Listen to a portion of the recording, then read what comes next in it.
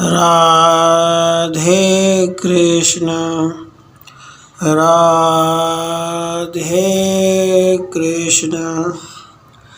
अक्रूर को भगवान श्री कृष्ण के पर ब्रह्म स्वरूप का साक्षात्कार तथा उनकी स्तुति।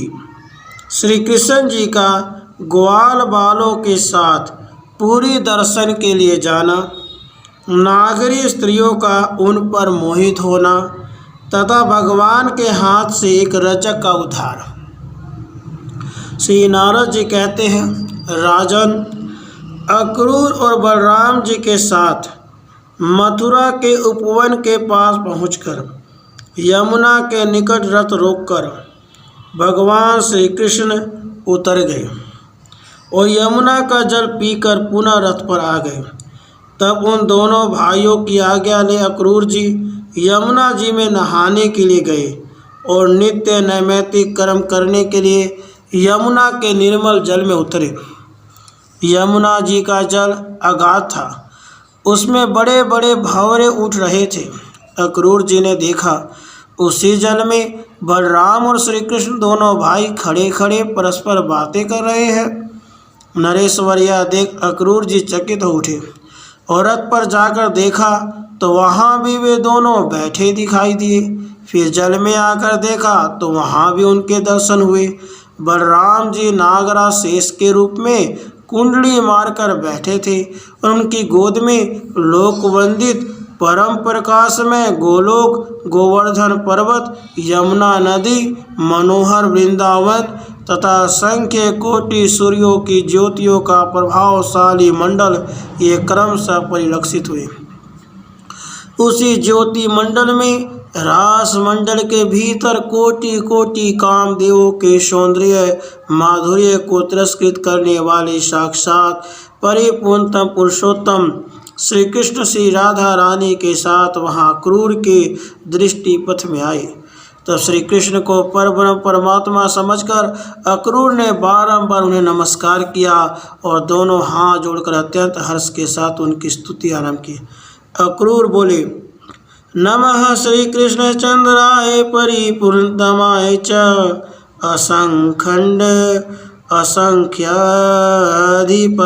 गोलोकपतये नमः।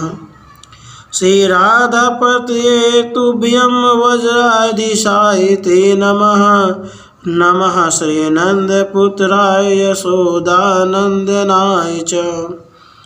देवकी सुत गोविंद वासुदेव जगतपते यदुतं जगन्नाथ पाहि माम पुरुषोत्तम। वाणी सदा ते गुणवर्णय स्यात् कर्णौ कथायां समदोश्च कर्मणि। मनः सदा तव चरणारविन्दयो दृशो सपूरधाम विशेष दर्शने। अक्रूर जी बोले, असंख्य ब्रह्मांडों के अधीश्वर तथा गोलोक धाम के स्वामी परिपूर्णतम भगवान श्री कृष्ण चंद्र को नमस्कार है। प्रभु, आप श्री राधा के प्राण वल्लभ तथा वर्ज के अधीश्वर हैं, आपको बारंबार नमस्कार है। श्री नंदन तथा माता यशोदा को आमोद प्रदान करने वाले श्री हरि को नमस्कार है। देवकी पुत्र गोविंद वासुदेव जगदीश्वर यदुकुल तिलक जगन्नाथ पुरुषोत्तम, आपको नमस्कार है। मेरी वाणी सदा आपके गुणों के वर्णन में लगी रहे, मेरे कान आपकी कथा सुनते रहें, मेरी भुजाएं आपकी प्रसन्नता के लिए कर्म करने में तल्लीन रहे, मन सदा आपके चरणार बिंदु का चिंतन करे, दोनों नेत्र आपके प्रकाशमान एवं दिव्य धाम विशेष के दर्शन में संलग्न हो। नारद जी कहते हैं, राजन, जब इस प्रकार चकित होकर भगवान का वैभव देखते हुए अक्रूर जी इस प्रकार स्तुति कर रहे थे, उसी समय भगवान श्री कृष्ण जी अपने लोक सहित वहीं अंतर्धान हो गए। तब उन्हें नमस्कार करके नैमित्तिक कर्म पूर्ण करने के पश्चात अक्रूर श्री कृष्ण को परब्रह्म स्वरूप जानकर विस्मय पूर्वक रथ पर आए। घनवत गंभीर नाद करने वाले उस वायु वेगशाली रथ के द्वारा अक्रूर ने बलराम और श्री कृष्ण को दिन डूबते डूबते मथुरा पहुंचा दिया। वहाँ नगर के उपवन में नंदराज को देखकर यदुतम भगवान श्री कृष्ण हंसते हुए मेघ के समान गंभीर वाणी में अक्रूर जी से बोले। श्री भगवान ने कहा, मानद, अब आप अपने रथ के द्वारा मथुरापुरी में पधारे, मैं पीछे ग्वाल बालों के साथ आऊँगा। अक्रूर ने कहा, देव जगन्नाथ गोविंद पुरुषोत्तम प्रभु, आप अपने बड़े भाई तथा ग्वालों सहित मेरे घर पर चले। जगतपति, अपने चरणारविंदों की धूल से आज मेरा घर पवित्र कीजिए, मैं आपको साथ लिए बिना अपने घर नहीं जाऊंगा। श्री भगवान ने कहा, अक्रूर जी, मैं यदुवंशियों के वैरी कंस को मारकर बलराम जी तथा गो बंधुओं के साथ आपके भवन में अवश्य आऊँगा और आपका प्रिय करूँगा। नारद जी कहते हैं, राजन, भगवान श्री कृष्ण वहीं ठहर गए और अक्रूर ने मथुरापुरी में प्रवेश किया। वहाँ कंस को श्री कृष्ण के आगमन का समाचार देकर अपने घर चले गए। दूसरे दिन बलराम और गो बालकों के साथ मथुरापुरी को देखने के लिए उद्यत हुए। गोविंद की ओर देखकर नंद ने यह बात कही, वत्स, सीधी तरह से मथुरापुरी को देखकर तुम सब लोग लौट आना। इसे गोकुल न समझो, यहाँ कंस का महाभयंकर राज्य है। बहुत अच्छा कहकर भगवान श्री कृष्ण नंद द्वारा प्रेरित बड़े बूढ़े ग्वालों और ग्वाल बालों के साथ पुरी में गए। बलराम जी भी उनके साथ थे। दुर्ग से युक्त वह पुरी सुवर्ण एवं रत्न जड़ित सुंदर गृहों तथा गगनचुंबी महलों से देवताओं की राजधानी अमरावती के समान शोभा पाती थी। यमुना के तट पर रत्नों की सीढ़ियाँ बनी थी। वहाँ चंचल लहरों का कौतूहल देखते ही बनता था। उन सब से तथा दिव्य नर नारियों से युक्त वह नगरी अलकापुरी के समान शोभा पा रही थी। मथुरापुरी की शोभा निहारते व धनिकों के भवनों को देखते हुए श्री कृष्ण ग्वाल बालों के साथ राजमार्ग अर्थात मुख्य सड़क पर आ गए। वसुदेव नंदन श्री कृष्ण के आगमन का समाचार सुनकर मथुरापुरी की स्त्रियां, जो उनके विषय में बहुत कुछ सुन चुकी थी, सारे काम काज और शिशुओं को भी छोड़कर उन्हें देखने के लिए इस प्रकार दौड़ी मानो नदियां समुद्र की ओर भागी जा रही हो।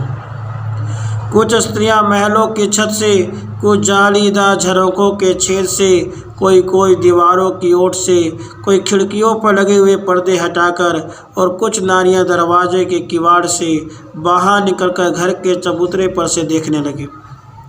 भगवान श्री कृष्ण का एक चंचल कुंतल भाग उनके मुख पर लटक रहा था, मानो उन्होंने अपने सामने वाले मनुष्यों के मन को हर लेने के लिए उसे धारण किया था। तथा दूसरा कुंतल भाग उन्होंने मुकुट के नीचे दबाकर पीछे की ओर लटका दिया था, मानो पीछे से आने वाले लोगों के मन को मोहने के लिए उसे उन्होंने पृष्ठभाग की ओर धारण किया था। उनका आधा पीताम्बर कमर में बंधा हुआ चमक रहा था और आधा कंधे पर पड़ा नील मेघ में विद्युत की सी शोभा पा रहा था। राजन, उन्होंने अपने एक हाथ में कमल और वक्षस्थल में वैजयंती माला धारण कर रखी थी। कानों में नवीन मकराकर कुंडल पहने तथा बाल सूर्य के समान कांतिमान सोने के बाजूबंद से विभूषित बाहुमंडल वाले असंख्य ब्रह्मांड अधिपति परात्पर भगवान वसुदेव नंदन श्री कृष्ण को देखकर समस्त पूर्ववासी स्त्रियां मोहित हो गई। नागरी स्त्रियां बोली, अहो, यह वृंदावन कैसा रमणीय है, जहाँ ये नंद नंदन स्वयं निवास करते हैं। वे समस्त गोपगण भी धन्य हैं, जो प्रतिदिन इनके मनोहर रूप का दर्शन करते रहते हैं। वे गोपांगनाएं भी धन्य हैं, न जाने उन्होंने कौन सा पुण्य किया है, जो रास रंग में वे बारंबार उनके अधरामृत का पान किया करती हैं। नारद जी कहते हैं, राजन, उस राजमार्ग पर एक कपड़ा रंगने वाला रजक जा रहा था। वह बड़ा घमंडी और उन्मत्त जान पड़ता था। ग्वाल वालों की अनुमति से मधुसूदन ने उससे कहा, मेरा महाबुद्धिमान मित्र, हमारे लिए सुंदर वस्त्र दो। यदि दे दोगे तुम्हारा परम कल्याण होगा, इसमें संशय नहीं। वह रजक कंस का सेवक और बड़ा भाई दुष्ट था।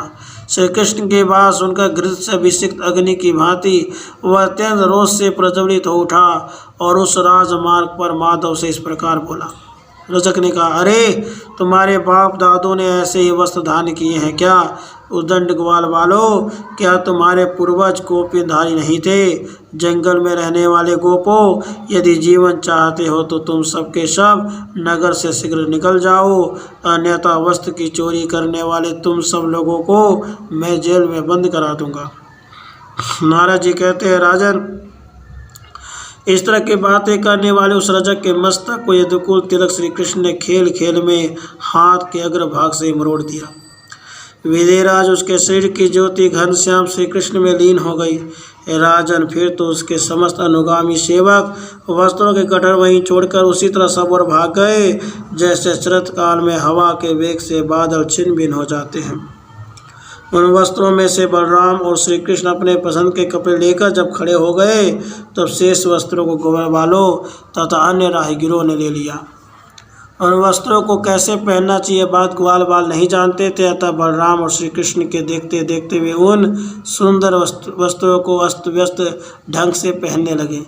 इसी समय एक बालक ने उन दोनों भाइयों को देखकर विचित्र वर्ण वाले वस्त्रों को धारण करा श्री कृष्ण और बलदेव के दिव्य वेश बना दिए। राजन, इसी तरह अन्य गो बालकों को भी यथोचित वस्त्र पहनाकर उसने बड़ी भक्ति भाव से श्री कृष्ण का पुनः दर्शन किया। उस बालक पर प्रसन्न भगवान ने उसे अपना सारूप्य प्रदान किया तथा बलदेव जी ने भी पुनः उसे बल और लक्ष्मी और ऐश्वर्य दिए। इस प्रकार से संहिता में श्री मथुरा खंड के अंतर्गत श्री नारद बहुलास संवाद में श्री कृष्ण का मथुरा में प्रवेश नामक 5वां अध्याय पूरा हुआ। राधे कृष्ण, राधे कृष्ण।